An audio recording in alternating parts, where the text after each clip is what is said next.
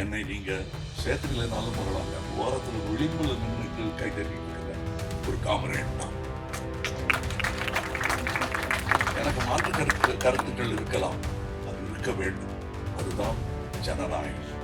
ஆனால் இவர்களை இருக்க விடக்கூடாது, அவர்கள் இருக்கவே கூடாது என்று முடிவு செய்யும் உரிமையை எவன் கையிலும் நான் கொடுக்க கூடாது.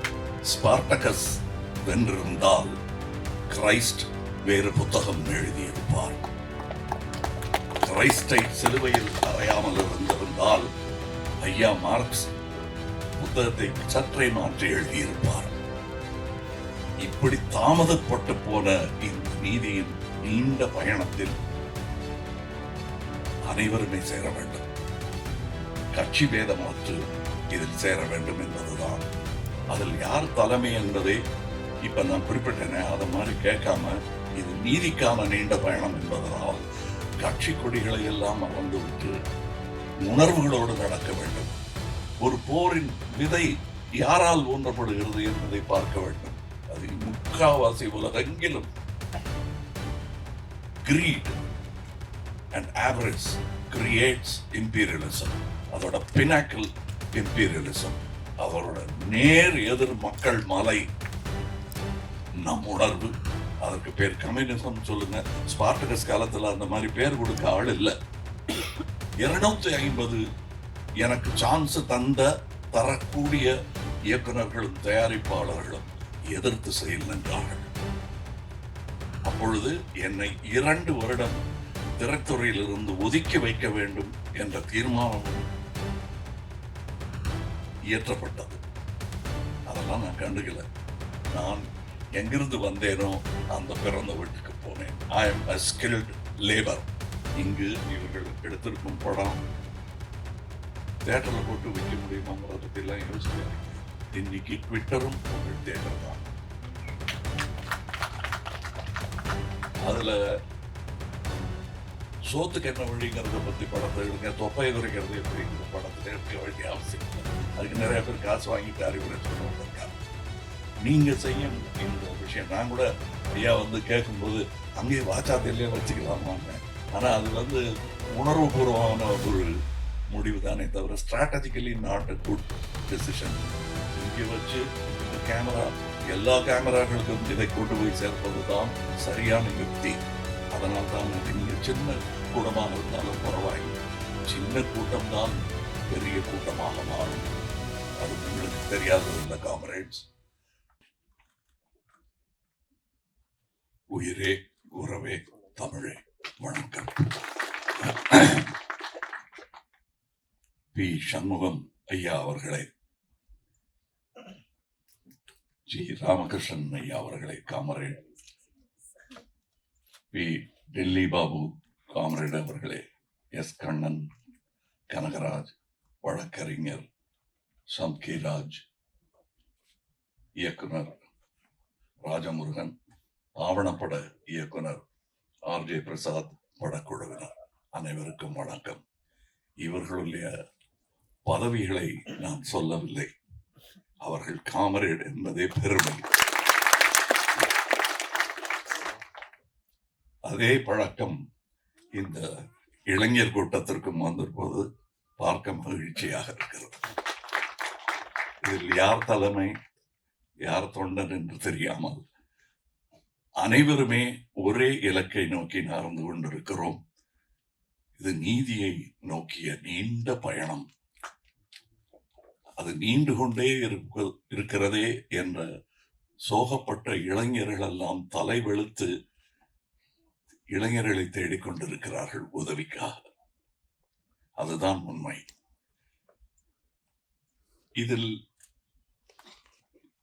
இது உணர்வு. அதான் நான் சினிமாலேயே சொல்லியிருப்பேன். ஏன் யுஎஸ்எஸ்ஆர்னு உங்க சோவியட்டின்னு உடஞ்சு போச்சு, அப்புறம் என்ன கம்யூனிசம் பேசிட்டு இருக்கீங்கன்னு ஒருத்தர் என்ன வைவாரு. நான் அதுல காமரேடா உணர்ந்து நான் நடிச்சேன். அப்ப நான் அவர்கிட்ட கேட்பேன், மிஸ்டர் ரெட் இதுக்கு என்ன பதில் சொல்றீங்க? மிஸ்டர் ரோமியோ, உங்க தாஜ்மஹால் இடிஞ்சு போச்சுன்னா காதல் பண்றதை நிறுத்திடுவீங்களா அப்படின்னு. அந்த மாதிரி இது ஒரு உணர்வு. அது கட்சியாக மாறியதில் வியப்பில்லை. ஸ்பார்டகஸ் வென்றிருந்தால் கிரைஸ்ட் வேறு புத்தகம் எழுதியிருப்பார். கிரைஸ்டை சிலுவையில் அறையாமல் இருந்திருந்தால் ஐயா மார்க்ஸ் புத்தகத்தை சற்றே மாற்றி எழுதியிருப்பார்.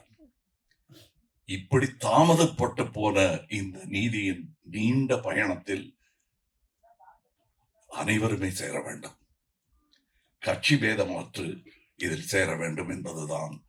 அதில் யார் தலைமை என்பதை இப்ப நான் குறிப்பிட்டேனே, அதை மாதிரி கேட்காம இது நீதிக்கான நீண்ட பயணம் என்பதனால் கட்சி கொடிகளை எல்லாம் மறந்துவிட்டு உணர்வுகளோடு நடக்க வேண்டும். கையில் எதை பிடிச்சுக்கணுமோ கொடியை பிடிச்சிக்கணும், அது ஊன்றுகோலாக இருக்கட்டும் உங்களுக்கு. மற்றபடி மக்கள் நீதி மையமாகட்டும், திராவிட முன்னேற்ற கழகமாக இருக்கட்டும், திராவிட கழகமாக இருக்கட்டும், காங்கிரஸா இருக்கட்டும், இது உணர்வாக இருக்க வேண்டும். இது உழைப்பாளர்களின் உணர்வு. அவ்வாறாகவே அது இருக்க வேண்டும் என்றால் நாம் அனைவரையும் இந்த மாதிரி சிக்கல்னா கம்யூனிஸ்ட்காரன் பார்த்துப்பான் அப்படின்ற மாதிரி விட்டுறக்கூடாது. சரி, அவங்களால முடியலையா எப்படி அப்படின்னு கேட்டா, அதுக்கு காட்டுக்குள்ள அவங்க ஆளு வச்சிருக்காங்க, நாக்சலைட் வந்து பார்த்துப்பாங்க. அப்படியே விடுறது நீதிய? ஏன் நாக்சலைட் அங்க போனாங்கிறத பத்தி யோசிக்கவே இல்லை. ஒரு போரின் விதை யாரால் ஊன்றப்படுகிறது என்பதை பார்க்க வேண்டும். அது முக்காவாசி உலகெங்கிலும் greed and avarice creates imperialism. அதோட பினாக்கிள் imperialism. அதோட நேர் எதிர் மக்கள் மலை நம் உணர்வு. அதற்கு பேர் கம்யூனிசம் சொல்லுங்க. ஸ்பார்டகஸ் காலத்துல அந்த மாதிரி பேர் கொடுக்க ஆள் இல்லை. ஆனால் அந்த படம் என்னை தாக்கியது. அந்த மாதிரி படங்கள் நீங்கள் எல்லாம் எடுக்க வேண்டும். தொடர்ந்து நான் அந்த மாதிரி ஒரு படம் எடுக்கத்தான் முயற்சி பண்ணிட்டு இருக்கேன். அமைய மாட்டேங்குது. ஏன்னா யாருக்காவது ஒரு இடத்துல காம்ப்ரமைஸ் பண்ண வேண்டியதா இருக்கு. அதுதான் எலக்டோரல் பாலிடிக்ஸ்ல இருக்கிற பெரிய சோகம். அதையும் கடந்து நாடு முன்னேற வேண்டும் என்பதுதான் என்னுடைய ஆசை, காந்தியின் ஆசை, பெரியாரின் ஆசை, அண்ணாவின் ஆசை, நம் அனைவரும் ஆசையும்.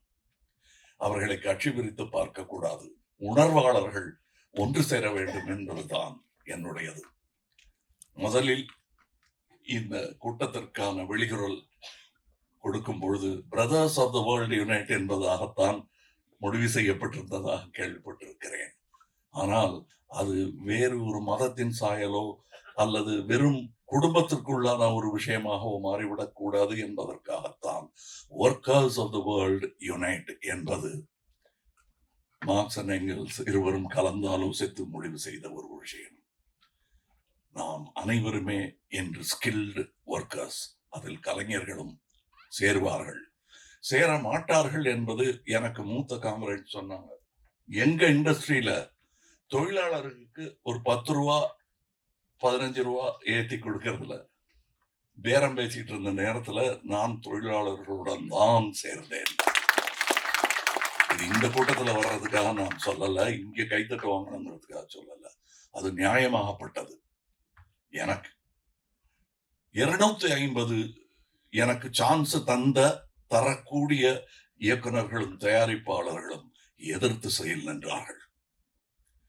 அப்பொழுது என்னை 2 வருடம் திரைத்துறையிலிருந்து ஒதுக்கி வைக்க வேண்டும் என்ற தீர்மானமும் இயற்றப்பட்டது. அதெல்லாம் நான் கண்டுகல. நான் எங்கிருந்து வந்தேனோ அந்த பிறந்த வீட்டுக்கு போனேன். I am a skilled labor. வியாபாரிகள் என்னை நட்சத்திரமாக்கி விட்டார்கள். நானும் அவங்க கூட சேர்ந்து வியாபாரம் பண்ற மாதிரி நடிச்சுக்கிட்டு என் வேலையை தான் நான் பண்ணிட்டு இருக்கேன்.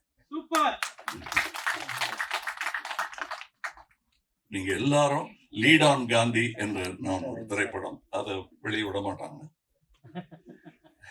சென்சார் கிடைக்காது. தியேட்டர்ல போடணும்னு ஆசைப்பட்டேன். நான் எடுத்த ஏறாமலாம் 3.5 மணி நேரம் வாங்கன்னு வியாபாரத்துக்கு இத்தனை மணி நேரம் இருக்கணும், இத்தனை பாட்டு இருக்கணும்னு சொன்னதுக்காக எடுத்த படம் அது. அதுக்குள்ள என்ன வைக்க முடியுமோ மருந்து வச்சேன். ஆனா இதற்கு பெரிய ஒரு மருந்து வைக்க வேண்டியதா இருக்கு. அது வெடிமருந்தாக இருந்துவிடக் கூடாது என்பதுதான் என்னுடைய ஆசையெல்லாம். நல் மருந்தாக நம்மளுடைய ஜனநாயகத்தின் ஆரோக்கியத்தை மீட்டெடுக்கும் மருந்தாக அது இருக்க வேண்டும். அது காம்ரேட்ஸ் கையிலும் இருக்கிறது என்று நான் நம்புகிறேன். நான் முதல்ல அரசியல் கட்சி ஆரம்பிக்கும் போது நான் வரலாமா வேண்டாமான்னு கேட்கறதுக்கு உண்மையான கேள்விகள் யார்கிட்ட கேட்கறதுன்னு நினைக்கும் போது நான் காமரேட் பினராயி விஜயன் அவர்களிடம் சென்றேன். அதற்கு பிறகு பட்நாயக் அவர்களிடம் சென்றேன். இவங்க 2 பேரும் 2 விதமான அறிவுரைகளை கொடுத்தார்கள். ஆனால் உணர்வு ஒன்றாக இருந்தது. இது எல்லா தலைவர்களுக்குமே புரிய ஆரம்பித்து விட்ட யுகத்தில் நாம் வாழ்ந்து கொண்டிருக்கிறோம்.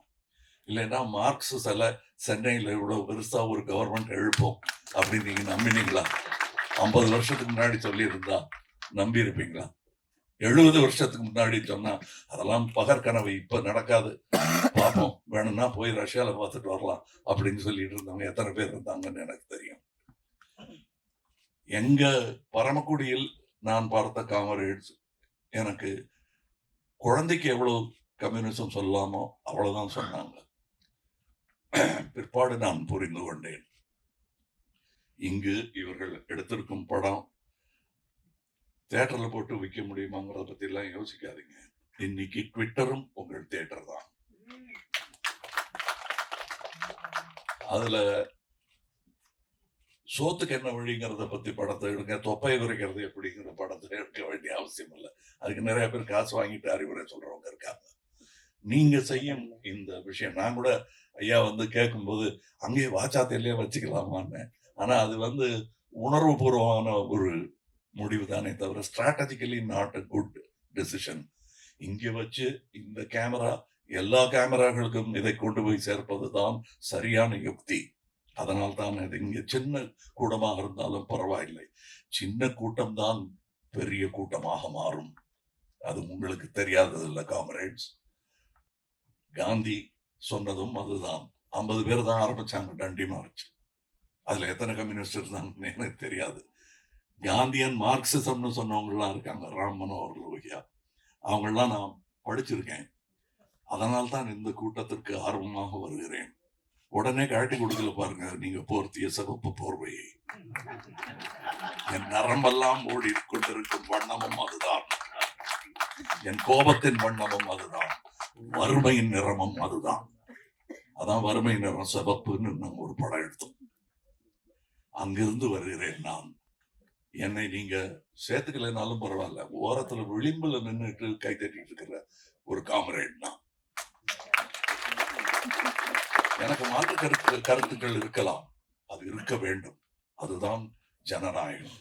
ஆனால் இவர்களை இருக்க விடக்கூடாது, அவர்கள் இருக்கவே கூடாது என்று முடிவு செய்யும் உரிமையை எவன் கையிலும் நாம் கொடுக்க கூடாது. உரிமையில் பேசுவதற்காக மன்னிக்க வேண்டும். ஆளுக்கு ஆள் பேசிக்கொண்டு போது அப்படித்தான் பேச வேண்டும். கூட்டத்தில் பேசும்போது அவர்களே என்று பேசலாம். தனியாக ஒரு குற்றவாளியை எதிர்ப்பட நேரிட்டால் கேட்கணும், உரிமையில கேட்கலாம். அதுதான் ஐயா சொன்னார். அந்த கேள்வியை நான் கேட்க தயங்குகிறோம். ஏன் முதல்ல வரிசையில் நான் நிற்கிறேன், நான் கேட்க தயங்குகிறேன். ஏன் இன்னும் நாம அந்த மொனார்கி மைண்ட் செட்டில் இருந்து விடுபடவே இல்லை. இன்னைக்கும் எங்க ஆளுதான் கிங்கு அப்படிங்கிறோம். எதுக்கு கிங்குன்னு யாருமே கேட்க மாட்டேங்கிறேன். அப்படியான்னு கேட்டுக்கிறோம். மந்திரி இருக்கும்போது கிங்கும் யாராவது இருக்கணும்ல அப்படின்னு நினைச்சுக்கிறோம். இல்ல, கிடையாது. நீங்க தான் அதுங்கிறத மக்களுக்கு நீங்கள் தான் சொல்ல வேண்டும். எல்லோரும் இந்நாட்டு மன்னர்கள், ஆனா குடிசையாவே இருக்கே அப்படின்னு கேட்டீங்கன்னா they are preserving poverty. That is the capital securement. அவங்க கேபிட்டலை காப்பாற்றணும்னால் they have to secure poverty, not food. நான் எந்த கட்சி எந்த ஆட்சி அதுன்னு சொல்ல மாட்டேன். நிறைய நெல் வீணா போகுதுன்னா அதான் என் எக்கானமி. நிறைய கொடுத்துடக்கூடாது. ஏன்னா எக்கானமிக்கல் பேலன்ஸ் வேணும். அந்த எக்கானமி இன்று வரை எனக்கு புரியவில்லை, நாளையும் புரியாது என்று நம்புகிறேன். காரணம், நாளை நமதாக வேண்டும் என்று கட்சி ஆரம்பித்தவன் நான். நன்றி. இங்கே என்னை அழைத்து என்னை பெருமைப்படுத்தினீர்கள். நான் உங்களை பெருமைப்படுத்தல அம்மா. நான் வந்ததும் கேட்டேன், அந்த அம்மா வந்துட்டாங்களான்னு. அவர்களின் கண்ணீர் இன்னும் காய்ந்த பாடில்லை. நாம் அழுது அழுது வற்றிவிட்டது என்று நினைத்து விடாதீர்கள். இன்னைக்கு கொண்டு எனக்கு பரிசு கொடுத்தாங்களே அந்த அட்டை, அதுல இன்னும் கோந்து ஈரம் காயல, உங்கள் நெஞ்சிலும் தான். அப்படியே வச்சுங்க. அந்த ஈரம் காஞ்சிருச்சுன்னா அப்புறம் வெறும் அரசியல் தான் அது. அதை செய்யாமல் நீங்கள் எந்த கட்சியில் இருந்தாலும் காமரேட்ஸாக இருங்கள். எங்கள் காமரேட்ஸாக இருங்கள். அனைவரும் காமரேட்ஸாக இருங்கள். காமரேட் என்பது சொல்லிட்டாருன்னா கட்சியில் சேர்ந்துட்டாரா அப்படின்னா, நான் எல்லா கட்சியிலையும் சேருவேன். மக்கள் இருக்க வேண்டும். மக்கள் இல்லாத கட்சியில் சேர்த்து நான் என்ன பண்ண போறேன்? அதற்காகத்தான் இங்கே வந்தேன். இந்த மாதிரி பல விழாக்களுக்கு வந்திருக்கிறேன். முன்பொரு முறை இதே மாதிரி சோவியட் கல்ச்சரல் இதுல சாம்பல் எடுத்துக்கிட்டு வந்தோம் வெண்மணியிலிருந்து. அப்ப நான் சொன்னேன், தயவு செய்து இந்த சாம்பலை மேல் பூச்சி பூசிடாதீங்க, உள்ள மூளைக்குள்ள பல்லு தேய்க்கிற மாதிரி உள்ள வச்சு தேய்ச்சிங்க இந்த சாம்பலை, இல்லைன்னா நெத்தியில பூசி விட்டு போயிடுவானுங்க, ஜாக்கிரதைன்னு சொன்னேன். அதே தான் நான் மறுபடி சொல்லுகிறேன். இந்த கண்ணீர் அவர்கள் கண்ணில் வராமல் நம் கண்ணில் வரும்படி நாம் உணர்ச்சி வசப்பட வேண்டும். அந்த உணர்வு நல்ல உணர்வாக இருக்கும் என்று நான் நம்புகிறேன். அதனால் தான் இங்கே வந்தேன். இனியும் வருவேன். நாளை நமதை. வணக்கம்.